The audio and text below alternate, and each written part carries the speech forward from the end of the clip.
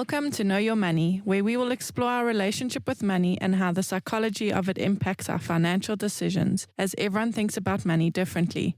In our podcast, we'll be presenting a variety of financial topics in an easy-to-understand way, which we hope will assist you with managing your money. Hello, everybody. Welcome to Know Your Money. Craig, Warren, how are you today? Me first today, Warren. All good. Thanks, Bron and you. And Warren, how are you? I'm very well, guys. Great to see you. You too. You too. I see we have somebody in the studio. Bron, who's joining us in the studio. Very lucky for us today. In our studio today is Candace Duplessis from Allan Gray, which is one of our preferred providers. Candace, do you want to introduce yourself and let us know what you do? Hi, everyone. Yes, I'm more than happy to. I am the Assistant Regional Manager at Allan Gray, and I'm also a Business Development Manager. And essentially what that means is I look after the distribution channel within Johannesburg. And then also I support independent financial advisors in their businesses. So I support them with the development of their businesses and help them build independent, sustainable businesses. Lots of fun. And we're lucky to have you, Candace. So Absolutely. Thanks for your support over the years. Okay, so just Allan Gray is a... So Allan Gray is a product provider, and we are an asset manager. So we look after the savings in the industry. So you can place money with us and in our funds, and we grow that for you.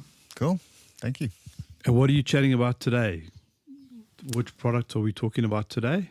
Yeah, so we thought we wanted to do an episode where we can just give people a little bit of a better understanding of the different types of products, because you know all of these things, a unit trust and a this and a that. And I thought it would be nice if Candace can come in today and just describe the difference between what's called a LISP and a unit trust.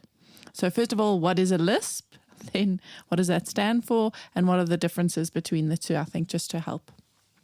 Okay, so I'll speak from Allan Gray's perspective. So we have what we call a management company. That's our asset management business. So you can access our unit trust funds through what we call, it's shortened, a MANCO. You can place and have access to the Allan Gray fund solution through the MANCO. And there's lots of benefits to going there. So you have shorter timelines. You only have access to Allan Gray funds through the MANCO directly. So is that the unit trust or the LISP? That's the unit trust. The unit trust. So direct unit trust, is that what we're talking about? Okay, Correct. On the platform. So an investor has access to our funds there.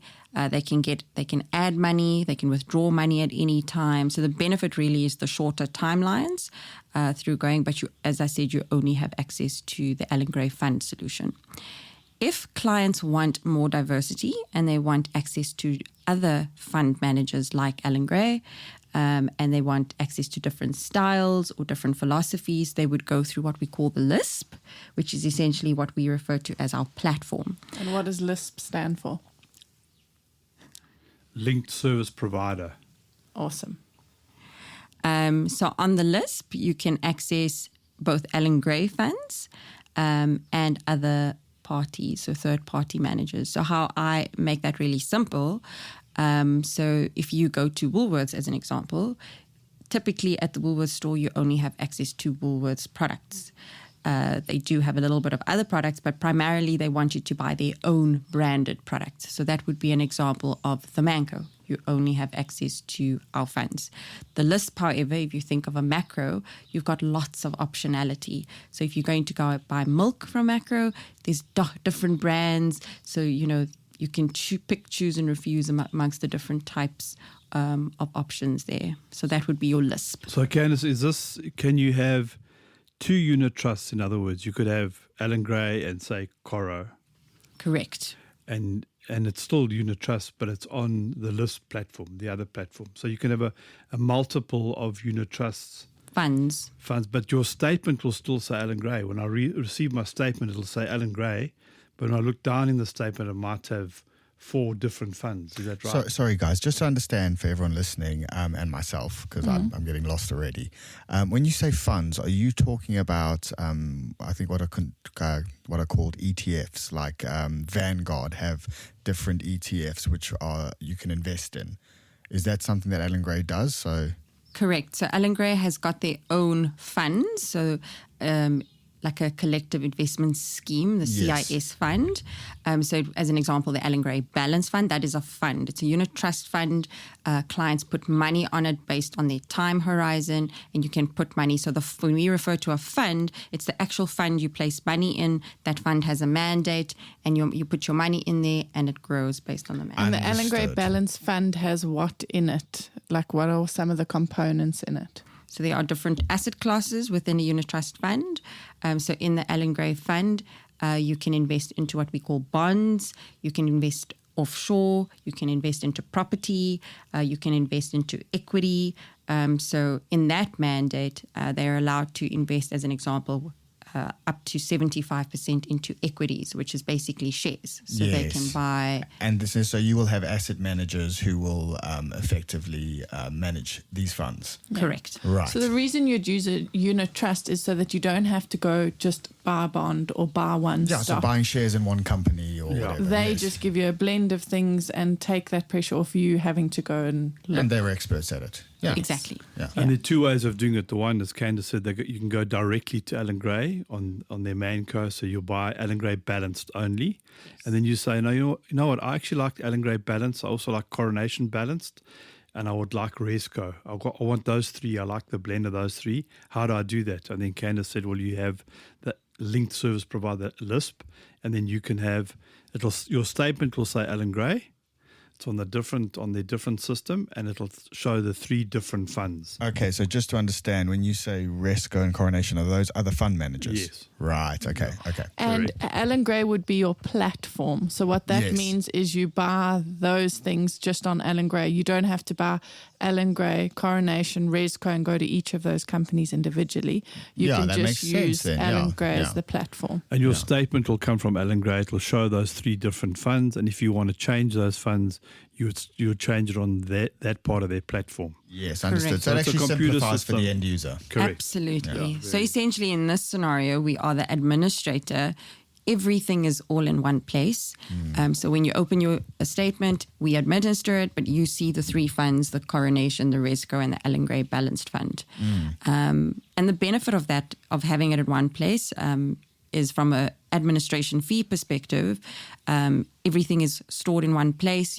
Everything is all aggregated as opposed to being placed on every single manco in that case. And God forbid something happens to you, your spouse or your family can just come to Allan Gray and, everything can be managed with Allan Gray as opposed to going to three different management companies that have different timelines. So I have a UK bank account, and the bank I bank with on their online platform allow you to add your other bank accounts from different banks. So a similar idea, you have a centralized control of everything. Correct. Yeah. And Allan Gray are very strict on who they allow on their platform. They don't allow any unit trust company to come on there. They've got to be vetted. They've got to have due diligence done on there. So you'll know that the funds that are on Allan Gray's platform are legitimate funds and that there's no funnies behind the scene. 100%. And we also pay an independent company called Fund House, and they rate the funds that are on our platform as well. So when you open our fund list, there's also a rating from an independent party. Okay. So it's all above board. That's good. So Candace, why would I go directly to the Manco? Why would I say, would I only do that if I only want Allan Gray Balance, for example, and I've got no other... If you want to go directly to the Manco, it would be only if you want exposure to our own funds.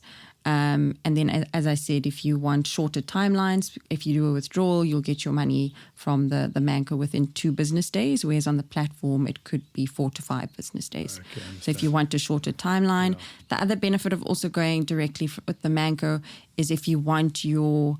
if you invested in the Allan Gray Money Market Fund, as an example, which is a short-term fund, and you were saving towards your emergency money or a holiday, and you wanted that interest from the Allan Gray Money Market to be paid out, the reinvestments, from the Manco, it can be paid out immediately. So as that interest pays out to the fund, it can pay out to you. If somebody has a Manco but then decides that they do want to diversify, do they have to create a secondary thing, the LISP, or can you create the LISP out of I don't know, how does it work? So you can actually transfer in our example, the Allan Gray money market as an example, you can transfer those units to the LISP, and that's a very quick process. And then you can do what we call a switch, and you can switch out of the Allan Gray fund and you can diversify then into other parties. So it's very easy, really. Very easy. Okay, great. But the only constraint then, as you said, is the getting the money in and out takes longer in the LISP. Like 2 additional days, yeah. So it's not really, yeah.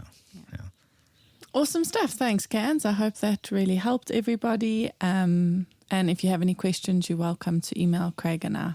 Thanks so much. Thanks, everybody. Have a great day. Thank you. Cans. Bye, everyone. Bye. Thank you for listening.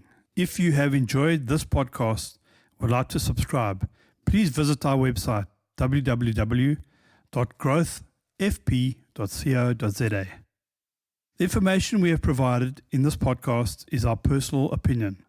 For more detailed information, please discuss your financial situation with a financial planner.